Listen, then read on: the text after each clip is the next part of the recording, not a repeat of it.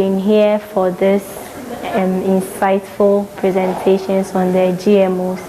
Initially, I thought it was one kind of seed that we were going to cultivate that at the end will be bringing about artificial products and leading to foods that people would have long-term risks of cancer and all that. That's mostly much that I've heard about before this workshop.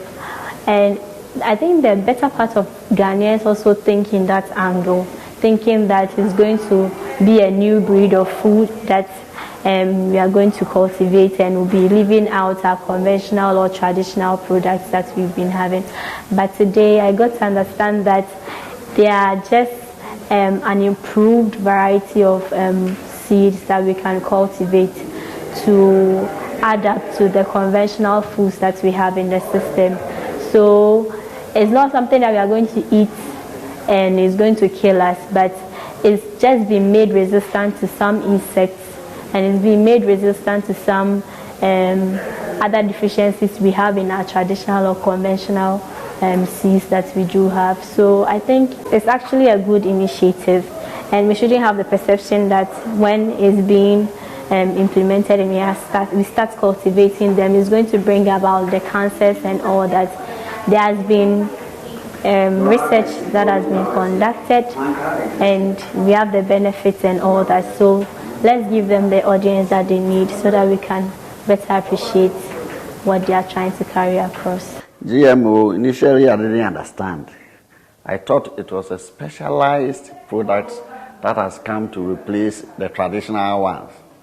But with today's presentation and discussion that we had, I've got to understand it better, and the benefits that accrues to the consumer and then the producer as well. And the public, I must say the public is not very aware of this or not very conversant with it. They haven't accepted it. So I think we need to do more promotion and sensitization to let everybody buy in and have a policy on it so that you understand. I think from one of the presenters, we are about 40 years behind. It has been in the system for very long. But we Ghanaians are finding, we are resisting.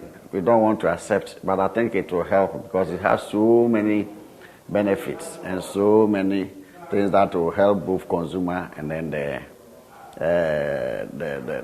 producer in terms of reducing costs and then the food security that we may derive from it. I think we need to do more to promote for people to know the existence of GMO, that it's not any specialized program.